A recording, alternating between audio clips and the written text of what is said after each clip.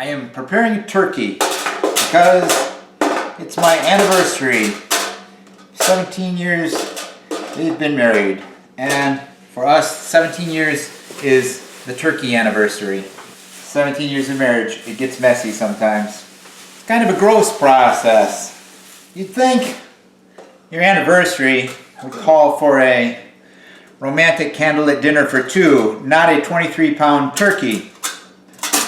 But that would be a normal marriage, and I married a Filipina. So it's not quite normal. It's better than normal.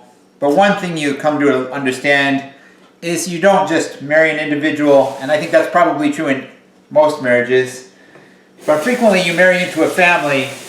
With Filipinas, when you marry a Filipina, you marry into a whole community, which is a good thing. I like community. Okay, so the bird is buttered and battered and better to go.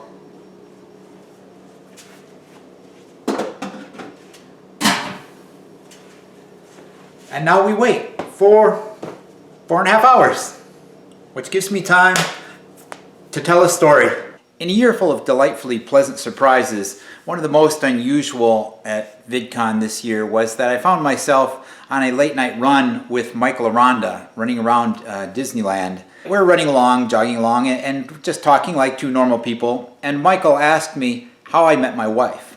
And I gave him what seems to me now to be kind of a flip answer. I just said, internet, which is true. It is how I met my wife.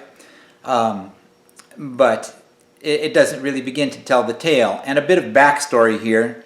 As much as I am a devoted follower of Michael, and anybody who is a member of the Aranda community does know that, I tend to speak up frequently on his all of his videos. But ironically, VidCon is the 1 week of the year when I probably watch less YouTube than any other.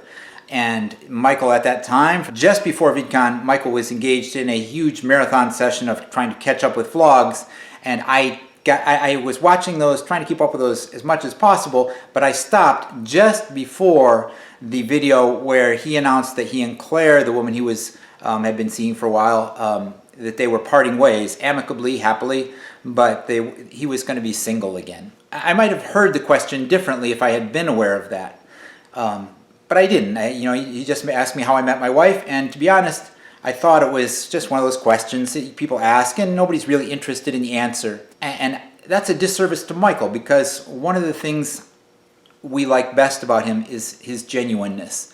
And he really has a true concern and interest in the people he meets, regardless of who they are. He hangs out with an awful lot of really cool people like Hank, but he is just as nice with nobodies like me.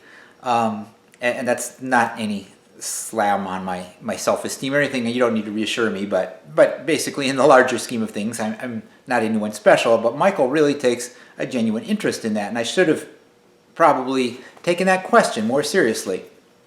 I could have been more flip. He asked me how I met my wife. I could have said which one, because the truth is I have been married previously, and there were in fact a couple other long-term serious live-in relationships. But my current wife and I have been together for 17 years, and I think he was asking about her, I'm pretty sure, how we had gotten together, especially because she is from the Philippines, and that's a long ways away. So it was the internet, and it was a long time ago. And this is a story that I don't readily share quickly. It's not a secret.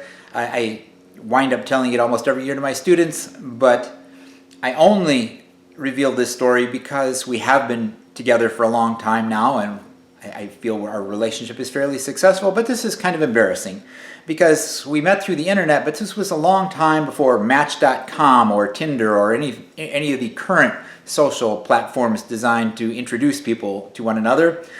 I met her on a website called, and this is no joke, you can find them, I believe they're still in operation today, but the website is www.loveme.com. And if that's not bad enough, that's the website for a company that is called A Foreign Affair, or at least that's what it was 18 years ago. When I'm feeling humorous about it, we do joke that she is my mail order bride. And that's something that a lot of people take umbrage with and view as offensive. And I guess I can understand their point. The trouble is that it worked for us, and it's worked well for a long time, and so I really don't care too much what people think, because, like I say, it's worked for us. And in fact, that's how probably I was willing to take a chance on that kind of an organization, was that this is back in the dawn of time in the internet days, when there was a thing called AOL. It stood for America Online. You may have heard about it in history books. And there were chat rooms, and you would go and meet random strange people from all around the world. And in one of those, that probably, I don't know, the desperately pathetic, lonely single guy's room, I had encountered some other men who had met wives this way, and they were happy, and their wives seemed happy. And so I was like, why not? Because, yeah, I had a rich love life from the time I was 18 till I was 31. A strangely complicated and rich love life, especially for somebody who is frequently confused for Tom Petty but never for Brad Pitt. But from the time I was 31 until I was about 39, it was a very long dry spell. And I just came to the conclusion that all American women of every stripe, size, shape, color, creed, they had all heard about me, and they were wisely staying away. So I thought, well, if I look far enough, maybe I'll find something. And so I sent in some money to this company, and that offered me a chance to gain access. And I got Lilith's address. She was the first one I picked out, not the only one, because I was covering my bases. And I think I actually sent letters to about 10 women and heard back from 2 or 3, but she was the first one I picked, and she was the first of the 2 or 3 that did respond. And we basically started writing back and forth. She, at that time, did not have any internet. There was not that much internet in the Philippines at the time. So we were writing snail mail letters, which is a very interesting way to get to know someone. And it's a very good way to get to know someone, frankly. As I tell people today when they ask, except if I'm on a run late at night at VidCon, it works better than a lot of the more traditional dating methods we have. Because if you meet someone in a bar and then you agree to go out to a movie, then you go to the movie and you don't talk through the movie, and afterwards you talk about the movie. Or you go out to dinner, and what do you talk about? You talk about the restaurant and the dinner and the food. And you can go a long time that way without ever really discussing anything significant about yourself or the other person. Whereas when you're writing letters back and forth, I think there's a more direct getting to the heart of important matters, even though it was somewhat difficult and awkward with a basically 3 to 4 week delay, as it would take 10 days to 2 weeks for my letter to get to her, and then 10 days to 2 weeks for her response to get back to me. But after a number of months of that, I was fairly comfortable, she was fairly comfortable, and so on February 13th, I flew to the Philippines to meet her, to basically make sure that she was as she had promoted herself, and for the most part she was. So on February 14th, Valentine's Day in 1998, I proposed to her, and then we went through a very long and lengthy process of getting a fiancé visa and bringing her to the United States. And 17 years ago today, we were in Las Vegas. We got married. We took a helicopter ride down into the Grand Canyon, which terrified her because she has a terrible fear of heights. I didn't know this fully at the time, but she lived through that and stuck with me. And now it's been 17 years we've been together, and that's how we met. And I'm sorry, Michael, I didn't just tell you that story when you asked. But I do wonder if that was really the question he really wanted to know about, although that's curious and interesting. And our local newspaper actually wrote that story up some time ago for a Valentine's Day story. But the real question might be more, how do you find someone and then get to the point where you can make that commitment to each other and make that last? Because that's even more tricky.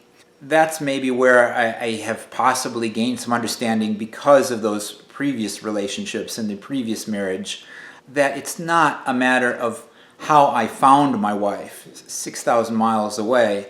but how we find each other today. And that's not always easy. Even after 17 years, it's not easy. As Hank says, it can hurt worse than fire, and it can make you want to tear down a building with your bare hands sometimes. But how do you find each other day to day? Ours is not always an easy relationship. There are big cultural differences between us. Her growing up in the Philippines, me growing up in the Midwestern United States. There are differences there. She doesn't have a lot of formal education. I have a master's degree, so that leads to some different approaches in life. But it just is a matter of saying, this is what I want.